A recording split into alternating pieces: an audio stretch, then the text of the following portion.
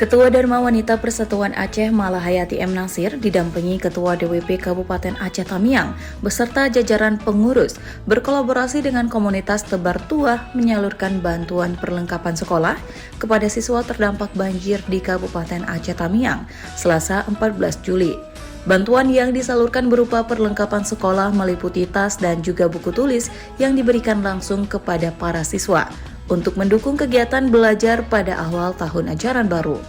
Sebanyak 429 siswa yang menerima bantuan tersebut terdiri atas 93 siswa taman kanak-kanak dan 336 siswa sekolah dasar. Penyerahan bantuan dilaksanakan di 3 titik, yaitu TK Pembina Kejuruan Muda, TK Tunas Harapan, dan SD Negeri 1 Bukit Tempurung.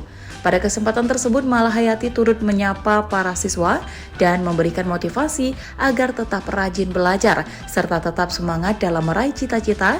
Semoga bantuan ini dapat bermanfaat sekaligus menjadi penyemangat bagi anak-anak untuk kembali belajar dengan giat dan menggapai cita-cita mereka, ujarnya.